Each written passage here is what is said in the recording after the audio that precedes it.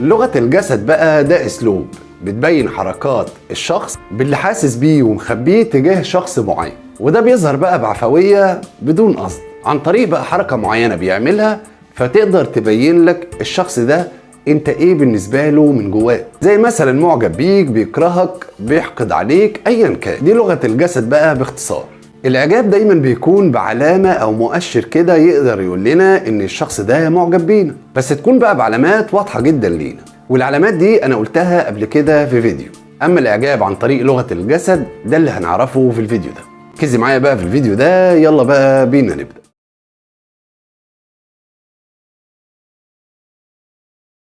اول حاجة لازم تسألي نفسك سؤال: ليه ان انا اقدر اقول ان الشخصية دي معجبة بيا انا بالتحديد؟ يعني لما تكوني ماشية كده في الشارع فاي حد يبصلك فتقولي ده معجب بيكي، طبعا غلط الكلام ده. لكن الاجابة بقى اللي المفروض تقوليها لنفسك ان الشخص مثلا لما يركز معايا وتكون طريقته ملفتة للنظر، يعني لو معاكي صديقتك ماشية معاكي فتقولك الحقي ده فلان ده شكله كده معجب بيكي، دي نقطة مهمة جدا.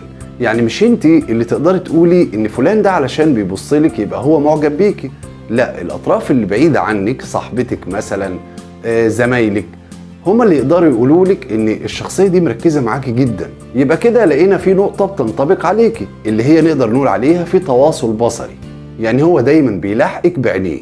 الحاجه اللي بعد كده بقى اول ما بيشوفك تلاحظي منه ابتسامه وانه فرحان انه شافك، بغض النظر حتى لو ما بتتعامليش معاه.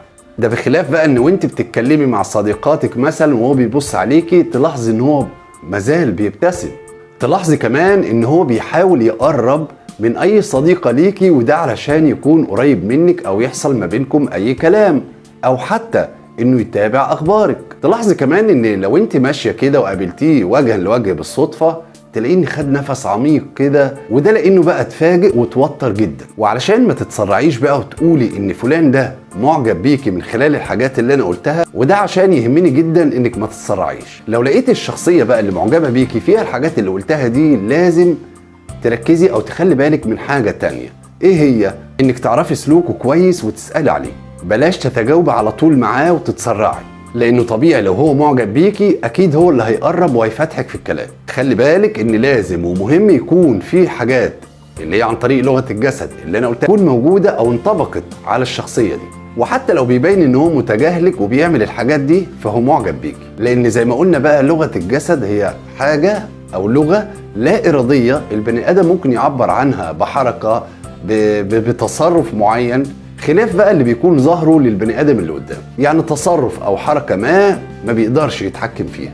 لازم كمان تقعدي مع نفسك وتحطي نفسك مكان الشخصية اللي معجبة بيكي دي، وتشوفي موقفك هيكون ازاي في التصرف، وده علشان تقدري تقيمي الشخصية دي وتعرفي موقفه بالظبط تجاهك وتتصرفي من خلال التحليل ده.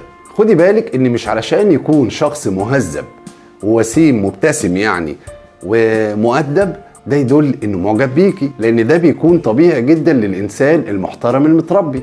بقول النقطة دي بقى علشان ما نخلطش الامور ببعض. في النهاية عايز اقولك الشخص اللي بيبقى معجب بيكي مفترض ان هو يبادر ويصرح لك بده، والا بقى لو ما جرأش وخد الخطوة دي هيكون اعجاب كده في الخفاء وهيروح لحاله.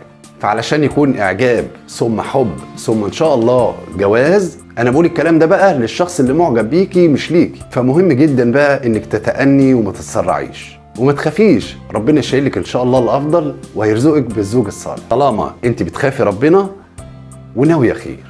ما تنسوش بقى لايك وشير للفيديو علشان يوصل لغيركم، واشتراكوا في القناة، ده شيء يشرفني ويسعدني جدا. جميع روابط التواصل الاجتماعي الخاصة بيا اسفل الفيديو على اليوتيوب وعلى الفيسبوك.